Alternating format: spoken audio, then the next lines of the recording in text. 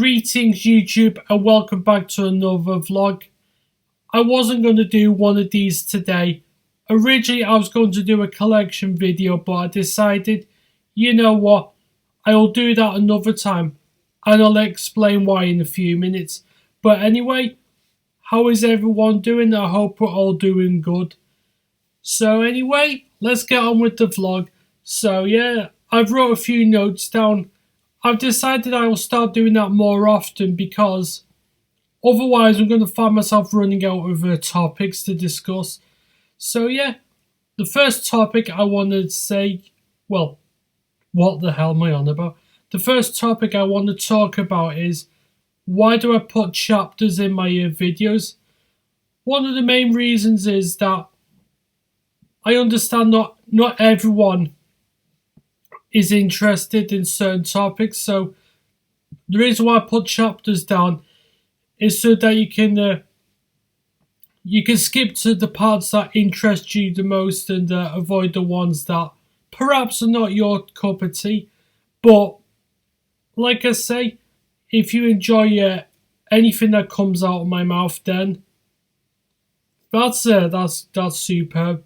Because I know myself, I sometimes talk bollocks. I don't mean talk bollocks as in like I make stuff up as I go along. No, well, technically I do, but I don't mean like make stuff up and like lie, because as I say, I don't trust people who lie. I don't like liars.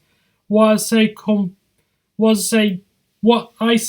from my heart and comes from, no, I don't mean like that. I mean, comes from my brain. So, yeah, so I just talk random bollocks.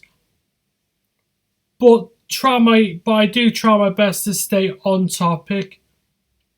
Though that's easier said than done. It really is. So, yeah, I put chapters in my videos so you can like skip to certain parts. But, as I say, you don't have to. If you want to watch the entire thing, then do so. I know most of you do, but yeah, I appreciate that. So yeah, so what have I been up to? Well, I haven't really. Well, I've been quite busy this week. That's why I haven't uploaded many videos. In fact, the last video I uploaded was it was either, I think it was Monday. If not, it might have been last Sunday.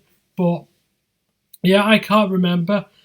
So yeah, so I'll tell you what I've been doing when I haven't been busy. So yeah, I mean, as you can see, I got the new Liverpool third kit, and I'm just standing like that. I mean, I can't be bothered standing up and showing you, but yeah, it's the new Liverpool third kit, which is in a dark green and it's red. Though the camera, if the camera makes it look as if it's pink, then yeah, you can blame that, because it is not pink, I can assure you that. And that is easily my least favourite colour. I cannot stand the colour pink. I detest it. But I know there's a few people who like that colour. Not for me. Yeah, I think, yeah, in fact, I'd rather have the colour brown than pink. I would, and that's not saying something, though in snooker the pink ball has more points than the brown, because if in snooker a pink ball has 6 points, yeah, you get 6 points. A brown, I think a brown, it's either 3 points or 4. It's definitely one of those. But then again, I have no idea. I don't watch snooker as much as I used to. But yeah, the only time I really watch it is if it's the final or when Ronnie O'Sullivan's playing, because he's my favourite snooker player ever. Because yeah, he was the one snooker player that I grew up with. I know other people grew up with the likes of Jimmy White, Whirlwind, and who else? Which other ones? Yes, Steve Davis. But yeah, he's a good player. So yeah, a bit of me eyes are dead itchy as you all know. Yeah, warts and all. So anyway, what else shall we talk about? Well, what do I mean what else I'm talking about? I'm still talking about what's been going on. So yeah, oh, hang on a second, I just need to go and do something. So we're back again. Sorry about that. So yeah, what I was about to say, yeah, there's been a lot of interesting stuff happening around my area. Like, like one of our neighbours having a drunken argument with their girlfriend and getting the police involved, and a bunch of like teenagers knocking on random people's doors and running for whatever reason. Yeah, as I say, not an awful lot of activity has happened until this weekend. Yeah, today's been a lot quieter because, dear me, Saturday was something. Yeah, yeah. Thankfully didn't cause any trouble where I was, but it was like across the road.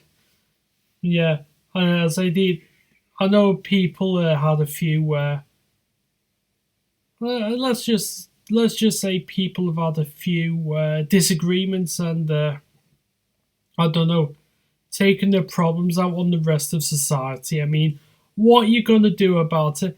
I mean, you can be unhappy, but for fuck's sake, there are better ways to deal with your emotions. There is. Go and see a psychiatrist. Go and see Dr. Fraser Crane or someone like that. Yeah, get help. But yeah, apart from that, it's been all right. I know the England rugby game is on against Italy. I mean, yeah, I'll probably go and check out the result after I've done this vlog. I know I was watching it, but I thought, I'll do a vlog. I'll get it out of the way. Like I say, I was going to do a collection video originally, but I hadn't decided what system to do. So what I'm going to do is in the community tab, I'm going to put out which game console you would like me to do next. I'm going to do like a poll. So what I'm thinking of doing is like, yeah, I was thinking of the PlayStation 1, but I'm going to leave that to another time. So what I'm going to do in the community tab is like I'm going to do, because I've done 8-bit, which was the Commodore 64.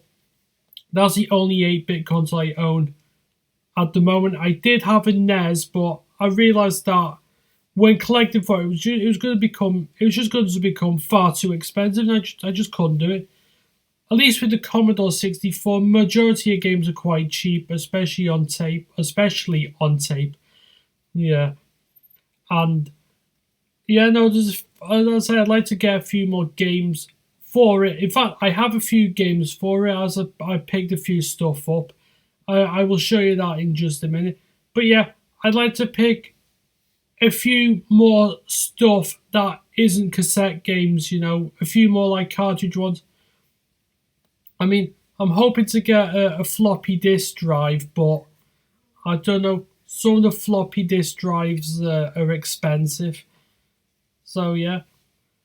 But so anyway, I will show you the games I picked up this week, and it's all Commodore 64. I haven't picked up anything for like the PlayStation 1, the Mega Drive, and those other systems that I have in quite a while. Because I mean, I'm slowly building a collection up for the C64. So yeah, some of these games I've never played before. Some I have, but on emulations. So yeah. Yeah, but even though I haven't played some of these games, I've loaded them all up to see if they work, and they do. Because that's the thing. You don't know if your game is going to work in your C64 or not. It may work in someone else's, but it might not work on yours. It's a guessing game. So yeah, here we go. I mean, there's 6 games here. Yeah, 6. I just had to make sure. I wasn't seeing things and making sure it wasn't 7. Yeah, but it's definitely 6. So anyway, first game we have got is Everyone's a Wally. Yeah, I've loaded this game up. I haven't played it yet, but yeah, it has a nice little tune. So yeah, so the premise of this game, I think it tells you in the inlay. Let's have a look. Yeah, so I'll I'll just read that. And some idiot, I think, some idiot is like, I'll zoom in. I don't. Did they put like poke codes so you can put like cheats in the game? Which yeah, I'm not bothered with stuff like that. But yeah, so yeah, I will tell you what the game says anyway. It says Wally is back, this time with his family, in the first ever multi-role arcade adventure. Not sure if that's true or not. I don't know. I mean, this is a 1985 game. So, yeah. So it says, not only does Wally appear fully animated, but also Wilma, Herbert, Tom, Dick, and Harry. Yeah, the purpose of this game is to find the combination for the safe and then pay the gang's wages. The combination is split and can be found in different locations. Yeah, dear God, there's quite a bit of this. Yeah, not only must you find the combinations to be identified, but also the right items to collect. The combination must be used. I know I had to reread. I thought there was some poor grammar there, but no, it was just the way it looked. Yeah. Locations, the locations are many and varied and contain zany arcade sequences which must be completed to finish the adventure. Each character has specific abilities and is up to the player to select which one will perform a particular task. Yeah, so I think that gives you a brief synopsis of the game. I mean, there is more to it, but could I be fucked reading it all? So yeah, but yeah. I mean, I've played the ZX Spectrum version of this, but yeah, I didn't realize there was a C64 version until I think I saw it in one of May Meister's streams a long while ago. Yeah, but yeah, that's everyone's a Wally. Next, we have an arcade conversion, ported to the C64, and that is and this one I have played, by the way, and this is gapless, or is it gapeless? But I think it's gapless. Gapeless sounds no, we're not going there. So anyway, so it's a Mastertronic game, yeah. I know this is quite a later one for them. This was released in 1988. Though the original arcade game, I think, was released 4 years prior. Can't even get me words out tonight. Well, what do I mean tonight? It's only 4:30. But I think by the time that I'll upload it, it'll be night time. So, yeah. But yeah, this game is, as I say, it's a good little space shooter as well. Like, it's a top-down shooter. Like, if you like stuff like Galaga and Galaxian, yeah, I think you'd enjoy this game as well. Yeah, I had a blast with it. I haven't got too far in it yet, but it is pretty addictive. But yeah, fantastic music as well by Jaron Tell. Yeah, absolutely fantastic music. So yeah, that's gapless. Next, probably in my opinion, one of the hardest games to have ever been made. But I was like, I can get about halfway to the game and then that's it. It's just game over. I just can't do it. Yeah, I've played this game on various formats, such as the NES. But yeah, this is an arcade game. Yeah, another arcade conversion for the C64, and that is the notoriously difficult Ghosts and Goblins. Yeah, I think anyone who plays Ghosts and Goblins knows how difficult the game is, unless you're some master at it. I'm not. I can get to like the third level and then that's it, game over for me. I mean, some days I can't even make it past the first level. I don't know why.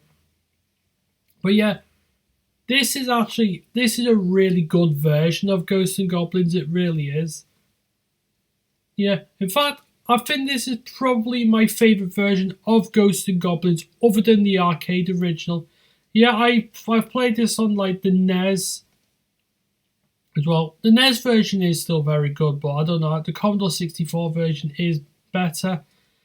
And yeah, the music in this is great as well. I mean, it's got the Ghost of Goblins theme, but Mark Cooks, he put his own spin on it, and you know what, it's really good. Next game, I mostly bought this game particularly for the music, but this is actually a good shoot 'em up as well. And I think this was made by the same person, but I think I could be wrong. The same person who made Blue Max, and yeah, it plays a lot similar to it, but instead of like flying a plane and shooting and blowing stuff up, you're like this flying spaceship thing. The game is Panther. Yeah, this is actually a pretty good game, though the isometric angle can be a little bit confusing, so sort of you can't tell if you're gonna get hit or not. So you have to like try and figure out. Once you know what you're doing, then it's not too bad. The game is pretty short, but I haven't got anywhere close to completing it. But yeah, I bought this up specifically for the music. In my opinion, this is David Whittaker's best soundtrack on the Commodore 64. Yeah, absolutely fantastic. I mean, I won't say the game is fantastic. It's a very good game, but yeah, what's that? Next game, let's be honest with you, this is a ZX Spectrum game just put on the C64. And what I mean by that is, it looks exactly the same as it does on the Spectrum, but yeah, it's a lazy port. It's not a bad game at all, but it's lazy. Yeah, and it's a sequel as well. Haven't got the first game yet because I mean this came in like a bundle. Yeah, so this game is this one is Saboteur 2: Avenging Angel. So yeah, this is the second game in the series where yeah you're playing as a saboteur, and you have to like go through different levels, solving all kinds of puzzles, and use your skills. I mean, I haven't got too far in the game just yet, but I do like it. Yeah, another phenomenal soundtrack by Rob Hubbard. So yeah, I might give this game more of a. I mean, I might give this game another blast because it's not that bad of a game. If I'm being honest with you, it's just a lazy port. They could have actually, I don't know, they could have made it a bit more interesting so you can actually differentiate between this version of the Spectrum. Honestly, at a passing glance, you won't really notice. The only reason that you'll notice it's a C64 game is because of the music. So that's that. And then the last game, an absolutely fantastic conversion of an already a great arcade game, but yeah, the C64 version does it justice as well, and that is Spy Hunter from 1983. So yeah, but yeah, this on the Kick's budget label title. The only reason why most of my games are on the budget label title or budget label titles is because they're the cheapest ones to go for. They're the cheapest. It's a good way to build a collection up. But I mean, I'm not really bothered if it's like original releases. There's some Ocean games, like particularly the ones on the Hit Squad. Yeah, they don't have certain music for like the loaders, which is a little annoying. But as I say, yeah, that's it. Just like some. Yeah, the budget games. In fact, I mean, as I say, most of them are pretty good. Though, like I say, there are quite a few bad games. As I've showed you in the Commodore 64 collection video. So yeah, what I'm going to do is, like I mentioned before, I'm going to do like a poll in the community tab to choose which console I'm going to do. But yeah, we're going to do 16-bit. So it'll either be the Sega Mega Drive or the Super Nintendo. I mean, I have more games for the Mega Drive, but that's not to say the games I don't have for the SNES are not quality because, yeah, I only look for games that appeal to me the most. I'm not just going to buy games for the sake of it, which is what quite a few collectors do that. If they want to do that, then that's them. I'm not. I've done that in the past myself, and I've made a right. I don't know. It made me miserable actually because I wasn't having fun. So yeah. So next we will talk about the VAR in football. Yes. So anyway, what's been happening with like the VAR and how it's been going? Well, quite frankly, it has gone completely pear shaped. I mean, sorry about that. I mean, it's got enough. It's not the VAR that's the problem. I've mentioned this before. Yeah, it's the incompetent bastards who don't even know how to use it properly. Even when you try and explain the rules to them, even when they have it explained, they like to chop and change the rules so that they can show their favoritism towards certain teams. But they've also done it. Well, as I say, they sometimes like to show favoritism towards certain teams. They should be held accountable for it. Yeah, and as I say, a lot of them know that they're making mistakes, but of course, they know they're making mistakes and won't apologise. I mean, the ones who do apologise for it, let's just be honest with you, it's half-assed. They've been forced to apologise. They've not thought about it themselves. Oh, I'm sorry that I got caught out. Yeah, fucking jog on, mate. Get stuffed. But yeah, I was watching West Ham versus Chelsea yesterday. Yeah, and all I can say to that is, I can't believe I'm saying this, but Chelsea were robbed of a penalty. Absolutely. Chelsea were robbed. Because, I mean, one of the Chelsea defenders, I know he practically saved the ball with his hand. No joke. We're not talking about a goalkeeper here. We're talking about a central defender. And yeah, Chelsea should have had a penalty in that game. I mean, did Chelsea play particularly well? No, but neither did West Ham. But as I say, I mean, it swings and roundabouts because there's games where decisions go against West Ham. So as I say, it's happening with every single. It's happening every week. They're just making bad decisions. And the thing is, these mistakes are getting more and more obvious. Yeah, I know it's like. I know it's like, you know what? We're in the submarine. We're in the submarine. We'll do? We're underwater. Oh yeah, we'll open the door. Look what's gonna happen. Yeah, we're all gonna die. But yeah, it's like that. Oh, we'll just keep making bad decisions over and over again, and then yeah, and then of course you get people calling it out. I mean, listen, I'm no football expert, but even those normal Joe blogs who are watching it can do a better job than these absolute arsewipes who cannot. Well, they can see that they've made the mistake. They know they've made the mistake. They don't want to admit it until they get caught out, as I just said. But yeah, it was like the most blatantest save a goalkeeper could make. Absolutely blatant. I know some people could argue that, oh yeah, it was done by accident. Doesn't matter. Doesn't matter if it was done by accident. Doesn't matter. But no, he had his hand like that, and then the ball just comes at him, and it touches his hand like that. So yeah. But like I say, I think West Ham were lucky to get a point. And now I'm not having a pop at West Ham or anything like that because they don't control the game. It's not them. It's as I say, it's the people. It's the people behind the VAR who just keep doing these bad decisions. So again, it's not the club's fault.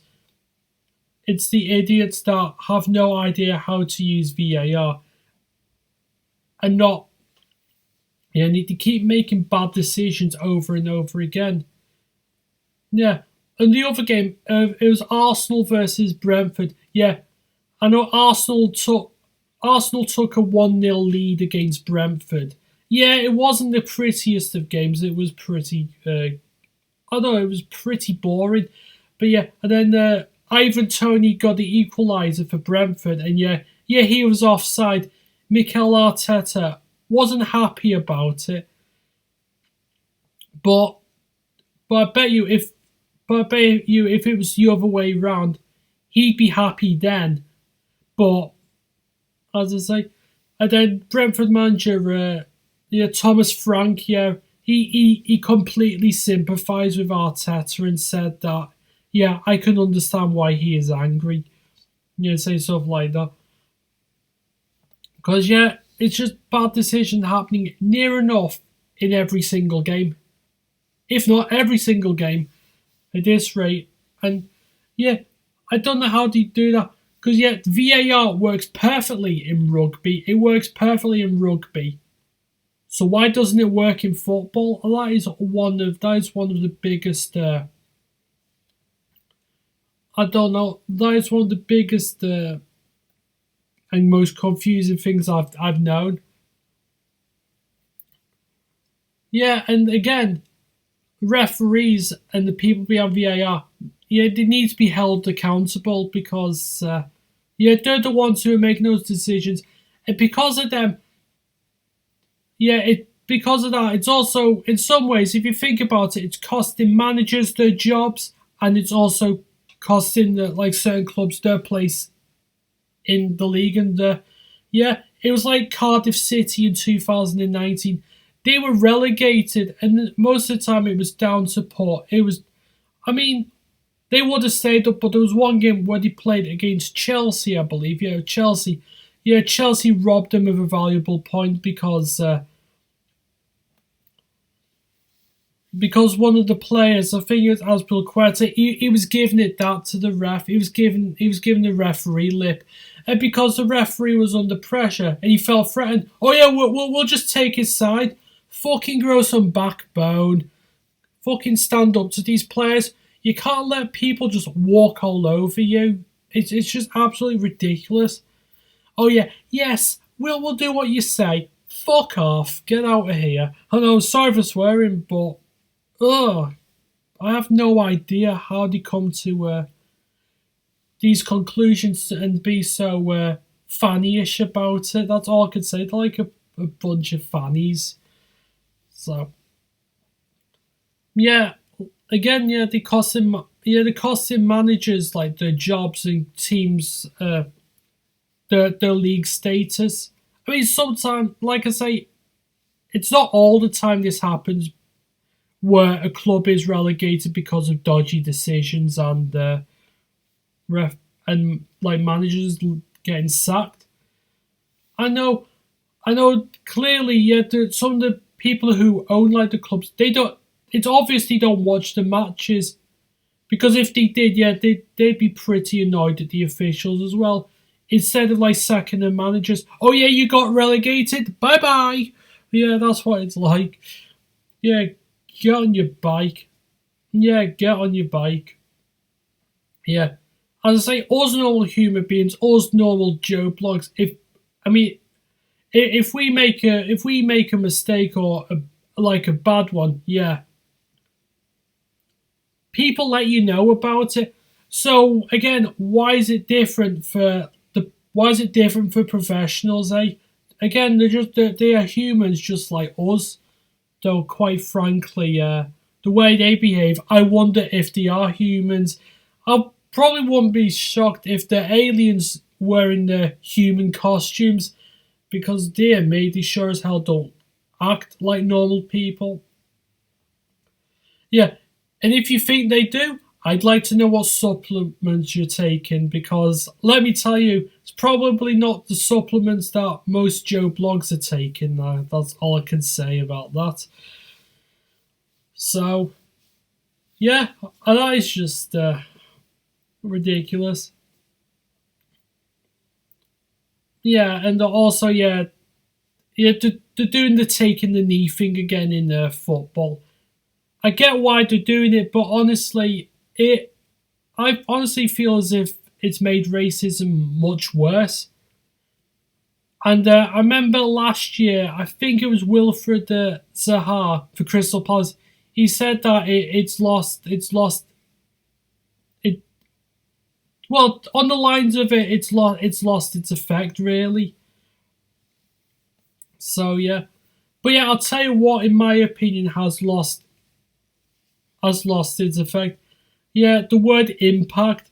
I feel as if that the more people use the word impact, the less of an impact it's having. Because like, yeah, dear me, the more you hear it, the more you just want to run through like a wall. Run at a wall and then hope that you don't knock yourself out. But yeah, watching the news and whatever's on TV, listening to certain people repeat certain words, it's a drinking game. I guarantee it that there are some people who just like stutter over and over again. I know I have my tendency to do that, but at least what I'm talking about is at least I get to the point to the best of my ability. But you have these people who are like stuttering like mad, like, and then lose complete track of what they're going to say. It's like, yeah, you hear it from politicians, footballers, you name it. I mean, I just laugh at some people, and I'm thinking your interviews could be halved if you weren't waffling.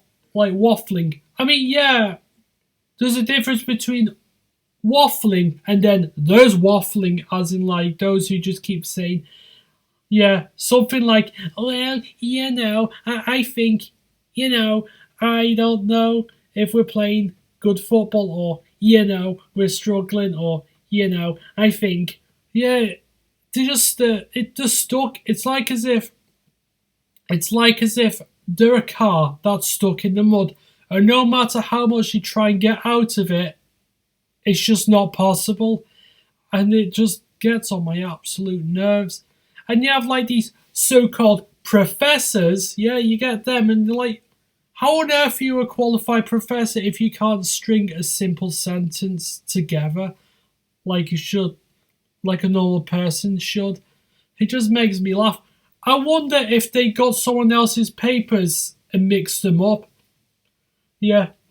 And whoever was supposed to be a professor doesn't become one, and then they end up working in McDonald's cleaning the bogs. Yeah, and flipping the burgers. Yeah, it just makes you think. It really, really does. I'd like to know what. I mean, if you're gonna talk about something, at least have some foundation. Back it up. Back your facts up instead of like waffling. I mean, I'll say if you're a professional, prove it. Oh, I don't need to. I don't need to. I've got all credentials. Yes, yeah. I believe it when I see it. But yeah, when listening to certain interviews on TV, when you start doing that, I just turn it off instantly. I don't want to hear you struggle making your point across. If you do make your point across, which I honestly don't think that you are. I don't know about that. I really don't. Yeah, I know I have a tendency to repeat myself, but at least I do try my best to get to the subject, get the nitty gritty of it, as they say. But yeah, I was listening. I know I had like Sky Sports on last night just to Sky Sports News. I just had to like listen to some stuff. I know they had like the sports journalist from the Telegraph. There was some fella. Oh my goodness!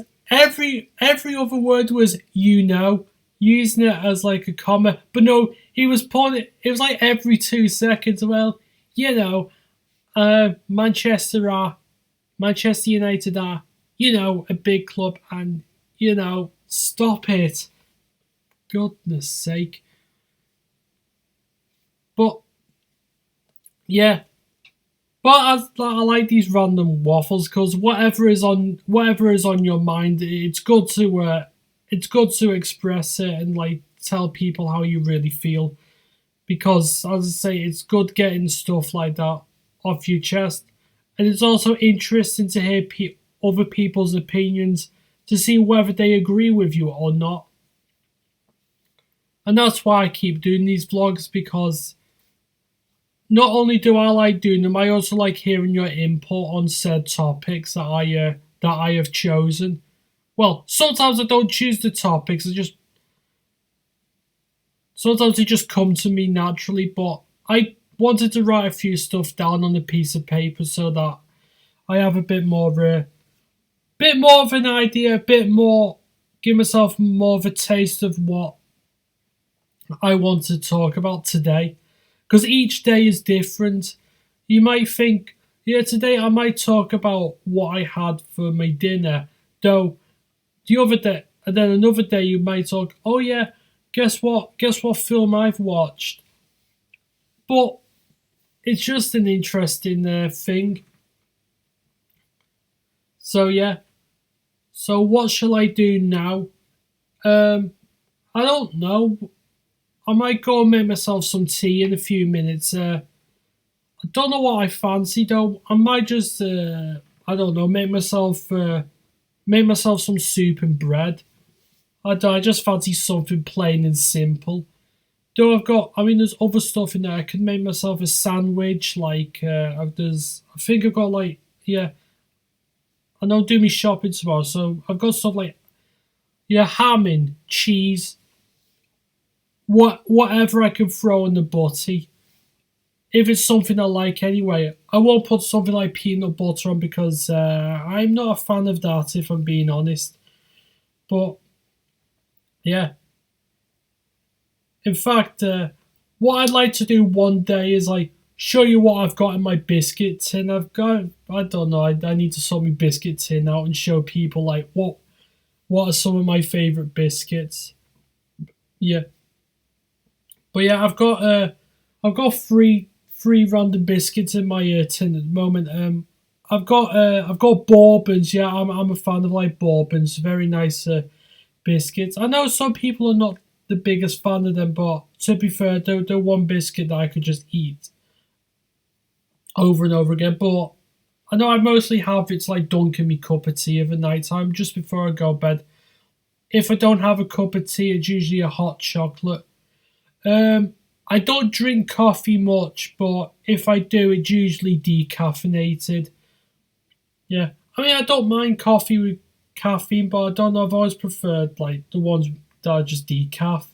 You know, like if I go somewhere like Costa or Starbucks or whichever one it is, I sort of like if I want a coffee, I just go for like ask for a decaf, whichever it is, like a latte or what other ones would you do? Espresso. But yeah, and if I'm not ordering like if I'm not ordering like a coffee from there, it'd be something like a hot chocolate because yeah, I'm a fan of like hot chocolate though. If I'm drinking it, it has to be Cadbury's hot chocolate. That is my favourite. I know Cadbury's is the traditional one, but it's always been my favourite. I've had a Galaxy one in the past. As you know, I've had a Galaxy one and an Aero one, both of which were very nice. I enjoyed them, but yeah, I'm a fan of like the traditional Cadbury's hot chocolate. Though I've not had cocoa in ages, which is like in the red tin. But yeah, I sort of like to drink that every night time because it helps me settle and I can go to sleep quite easily. I can sleep just fine, but I feel as if a warm drink helps me go to sleep better. I don't know about you, but I think everyone has like their own comfort drink of a night time. Like everyone has like their comfort food, whether it be something like a bowl of tomato soup or a favourite pie like steak and kidney. It's like you have everyone has like their own comfort. Like you have your own comfort, like TV show. Yeah, I mean some of mine are like Only Fools and Horses, though I've seen it God knows how many times. And like I've made no secret I'm a fan of the American sitcom Frasier. Even though I've watched those episodes like hundreds of times since childhood, I still come back to it because, like I say, all the characters in it make me laugh. Yeah, I mean, my favorite character in the show is Niles Crane, as I might have mentioned once or twice. But yeah, they have great characters. Like, well, of course, Frasier's a great character. I liked him in Cheers anyway. Yeah, I like him in Cheers as well. There's his father Martin. Yeah, the dog Eddie. Yeah, and his radio producer Ros Doyle as well, and she likes to brag about her sex life. I mean, yeah, I know it does get. I mean, yeah, the later series of it isn't particularly great when Niles does eventually get with Daphne, because in the earlier series it's like a will they, won't they get together situation. It's like in Friends, so with like Ross and Rachel, yeah. But it's just one of those. Everyone has their comforts. So anyway, I think I will wrap this video up, and I think I shall go and make some tea. So anyway, I hope I will see you next time, which might be the collection video. So, as I say, it's between the Sega Mega Drive and Super Nintendo. So in the community tab, get your votes in, because because then I'll know what to do. Because sometimes sometimes, even though I like to try and think of stuff myself, sometimes sometimes I'm just finding it a bit too difficult. So anyway, I think I will call it a day here. So anyway, I shall see you in the next video. Until then, take care.